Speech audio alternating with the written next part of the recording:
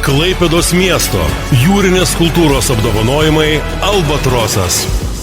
Artėjant Europos jūros dienai, gegužės 16-ąją Smiltynėje, prie paminklo skirto išplaukusiems ir negrįžusiems jūrininkams bei laivams atminti, vyks tradicinė Klaipėdos miesto jūrinės kultūros apdovanojimų ceremonija Albatrosas.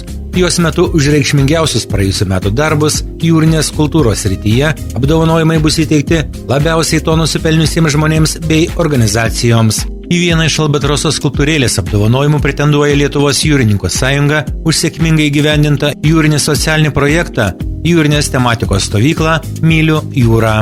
Pasak Lietuvos jūrininkų sąjungos pirmininko Aleksandro Kaupo, į ją atvyko 16 vaikų iš 8 skirtingų Lietuvos savivaldybių. Tai yra būtent jūrinės kultūros sklaida ir aš manau, kad jūrinių tradicijų kūrimas. Nes iš tikrųjų tokią stovyklą, aš manau, senai turėjo vykti, nes per 100 metų galėjo kažkas tai padaryti. Žinoma, atėjo tik laikas, suėjo žvaigždės dangoje ir sutapo su mūsų tikslu skleisti tą jūrinę kultūrą. Ir idėja buvo, kad atvežti vaikus iš kito galo Lietuvos, kur nėra jūros, ir parodyti jiems galimybę dirbti prie jūros arba su jūros susijusios specialybės.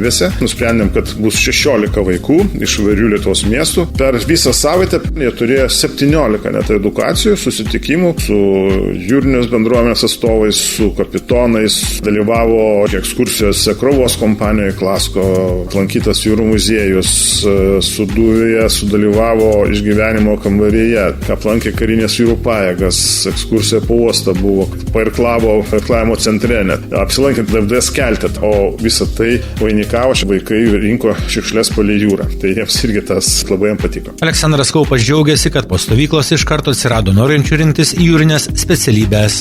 Mes turim kelis projektus dėl būtent jaunimo suaktyvinimo informacijos apie jūrinės specialybės. O šitos stovyklos rezultatas, kad po savaitės įstojo 4 į Lindina mokymo centrą vaikai ir dar 2 šiais metais planuoja stoti į jūro akademiją. Tai turbūt vienas iš geriausių mūsų projektų, kuris davė iš karto rezultatus.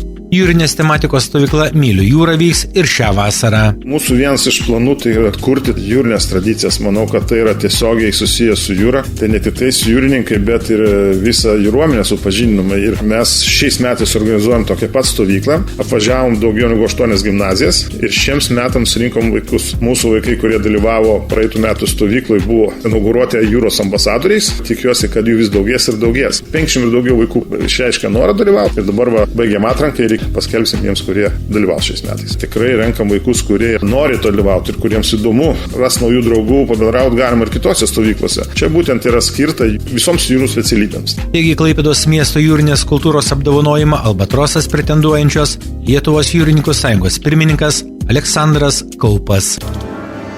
Apdovanojimo steigėjas Klaipėdos miesto savivaldybė.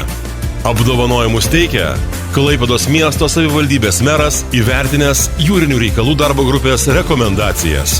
Laidas inicijuoja Kultūros uostas Klaipėda.